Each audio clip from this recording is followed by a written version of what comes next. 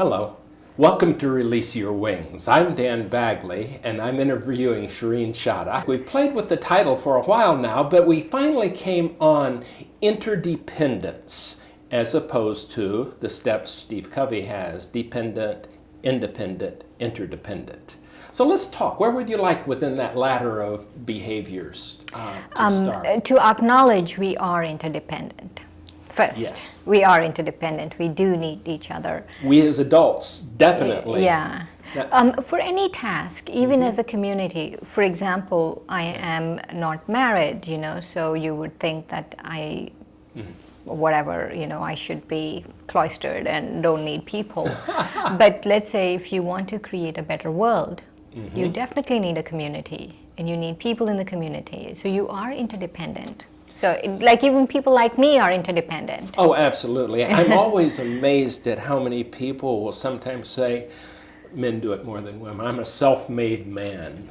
Right. And they ignore that they drove on a highway that we all chipped into. They went to public schools. We have police departments. We have sanitation picking up. So society, by its definition, is interdependent. But also, in a self-made man, no one really is self-made. Never. Because there's so many people behind something. Those There's teachers. one person who's the front man, so to speak, but there's so many people behind a project that goes successful. So when we start off as infants, we are totally dependent. Exactly. Adolescence and probably early adulthood is a lot proving that we are no longer dependent, and that is when we become independent. I've got to be me. Now that hangs on for a while, and most of us want our individuality. But the real magic is where the interdependence is acknowledged. Yeah, it's funny because I feel if our maturity level is still as an adolescent, that I feel like I'm a free spirit, I don't need anyone, I'm a free spirit. But we all buy into a certain paradigm, right? Oh, absolutely. Like I'm buying into the Brahmakumari's paradigm. We all buy into a certain paradigm. And I feel that there is actual freedom in buying into a paradigm that really speaks to you. I think that's a good point, because here's another paradox of interdependence and freedom, actually, and that is that freedom is not license. It isn't total randomness. Exactly. You can't do anything you want. Just because you're free, that doesn't mean you can do anything you want. Like your freedom or your independence stops where other people's rights begin.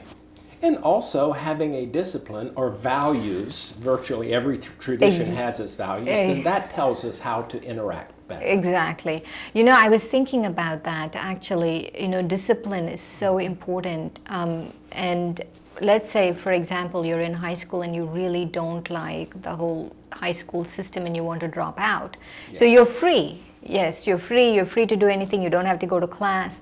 But for how long? You're free, because is that the kind of freedom you want, where you're free to go work, in minimum wage somewhere, and that's great, but you'll be working minimum wage somewhere for the rest of your life, which is not a bad thing. That's what you want, but you have to make informed decisions. That's what I'm saying. That what we think of freedom really comes with a price, and it comes with a very heavy price tag. If we don't make the right choices at the right time and set ourselves free too early. So when you take on a paradigm, I think it's probably better to know you're taking on a paradigm. For example, BKs, you know pretty much what you are doing within that group. Yes, and in the Brahmakumaris, there's a lot of disciplines that we follow, and people could say, oh, but I don't like these disciplines because I want to be free, or I don't want to be part of an organized religion or spiritual group. I don't want to be part of anything organized. I feel that let's first address the discipline, which we were going to before. That discipline is very important, because if you really want to go ahead in life, recently I was reading this thing about 10,000 hours. Yes. And it actually takes much more than 10,000 hours to get good at something. And so if you really want the soul to experience that inner independence and inner power, then it takes a lot of time to get there, and it takes a lot of discipline to get there. Absolutely. In fact, I have to admit that I've reached in chronological age where I'm realizing that the discipline I have to go and do my exercises in the morning, and of course the discipline that you and I share, different meditation strategies, but that is so important for long term. If I stopped exercising when I felt like stopping, decades ago, then the physical freedom that I have now to do what I want to do, hike, ride bicycle, swim, whatever, would not be there. So Right. once again, the discipline is incredibly important. Right. I want to address the other thing about organized spiritual groups Yes. or organized religion. People always say, I'm a free spirit. I don't want to be part of this organized group. I feel when you have a lot of people in a group, it's good to build a community, and it's good to build an organization around that community, because you have to manage so many people. If it's just 5 people, then it's a different matter. But if it's 1 million people, then you have to have certain guiding principles, certain things that would make it a cohesive, beneficial group organization for everyone. But I feel that if I just look at some things that are going bad, because we're all human beings, we all tend to make mistakes. If we just look at some things that are going bad, then we can look at those things the whole day and say, oh, I'm not part of it. But you can always look at the good things that are going on because of that, because of it being organized enough so that everyone is benefiting. I think that's really true. And as we take on a discipline, we find what we're looking for. What I've noticed, that the BKs seem to be really oriented around finding peace, equanimity, and the like. You cannot find peace and equanimity looking for what's wrong with the problem. Right. You have to go for the calm, the peace, the non-resistance of sorts. Right. So if you need to stand up for who you are, as you well do, it isn't so much pushing against anything, it's just being the light of who you are. I think most of us can live more smoothly that way, having quiet confidence in our basically values discipline. Right. I want to share some things of how freedom or independence has evolved over time. Sure. For example, in the 60s, right, we had to go through the civil rights movements because some people needed equal rights. Sure. As the rest of the people in the United States. But people will say that if I didn't fight for it, because you were talking about standing for peace, right? If I didn't fight for it, if I didn't really go against something, then it wouldn't have happened. But I feel that was true then. And that did a lot of work then. But the whole world has a paradigm shift right now. And it's shifted into a space where only our peace will bring about peace. I like only our true inner freedom from the vices of the spirit will bring about real freedom and independence and a good interdependent society in the world.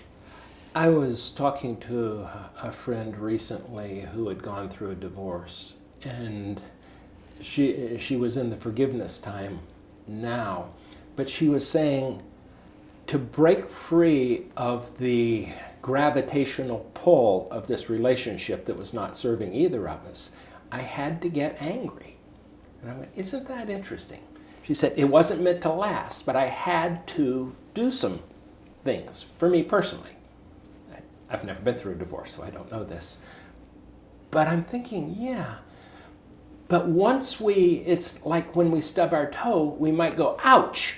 Now, how long do you hop on one foot depends on whether or not you're healing or you're going crazy and jumping around on one foot for the rest of the year. So within that, I think the thing to understand about anger is sometimes we use it as that animal gut instinct, but quickly moving to the freedom we get through forgiveness may be the most important step in that. Yeah, I agree that really forgiveness is freedom, but not only forgiveness and forgetting it is true freedom. Not just forgiveness, but forgetting something is really true freedom. Boy, that is truly it, because once you've forgotten it, then it is truly, I'll go back to Aaron. Yeah, it's not pulling you, it's not, tying you in this, things that you don't want to think about and all of that.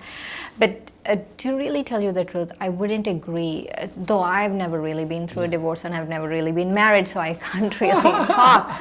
But I feel that right now there is no space for anger in our lives. There is no space for anything negative in our lives, that we can establish a really good world for all of us by using the pure qualities of the soul, like love and peace and bliss, but with firmness. Yes. There's, when I'm talking about love, that doesn't mean I'm being a doormat.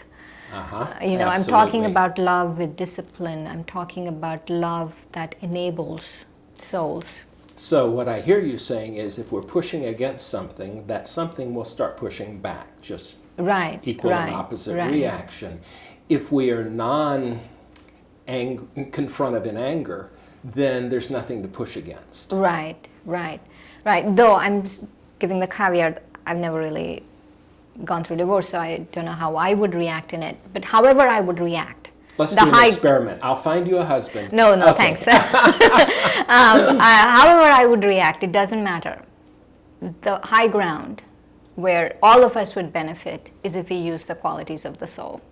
And that really is inner freedom, is freedom, inner independence, is freedom from anger, freedom from ego, freedom from wanting name or fame or whatever it is that people want in life. That is really independence. So in a funny way, the antithesis of freedom is attachment, be it to our anger, be it to our status, be it to our money or cars or what have you, our youth. That's one of the things that, as we can forgive ourselves the transgression of even momentarily being attached to something, then we can let go, I think, a lot more easily. Right. Attachment is an interesting thing. And also, like if you see in a parent-child relationship or a husband and wife relationship or something, I think the codependency, or you don't give people freedom, you don't give people their independence, is when you are afraid of losing something.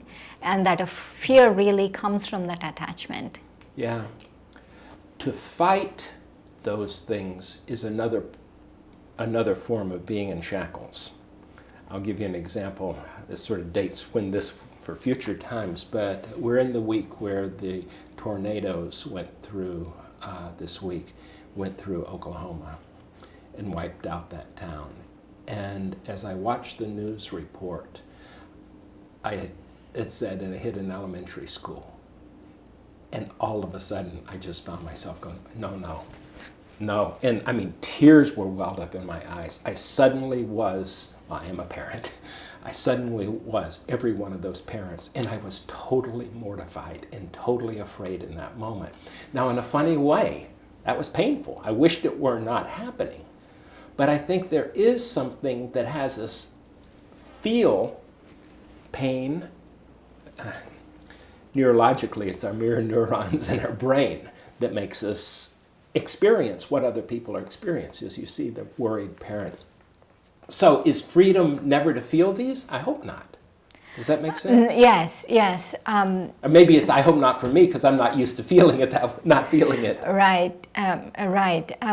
Freedom, when I'm talking about freedom, I'm really talking about that total state of the soul where it's in its bliss, when it's in its peace, when it's in its its love, purest form. Its purest form, and that really is freedom. That's really independence of the soul. But let's say all of these things, right? You as a parent would react differently because you are a parent, and I would react differently. Even though I would feel mercy and compassion for the children, that it wouldn't bring out that same pain in me because I don't have children. And I feel, but the question here, and for me I feel this is true, is our sorrow is really not helping anyone. That is probably true. And, unless we take out our check and send it to the survivors. Yes, and so at that time they really need, Dadi Janki once said this and I really like, at the face of a problem, the world really needs the support of a tranquil mind. Yeah. If nothing else, you can't do anything else, you don't have money to send a check, which is fine. They still need the support of your tranquil mind. And that is what we call serving through the mind. And I think you can do that. But you can only serve when your mind has elevated thoughts in that state of being. If you're experiencing their pain, then you won't be able to serve. And if it's debilitating to you, you become part of the problem. Yes. We could have gone on this one for a lot longer. Thank you for joining us. I hope some of our thoughts have opened up your mind to more peace, tranquility, and the enjoyment of interdependence.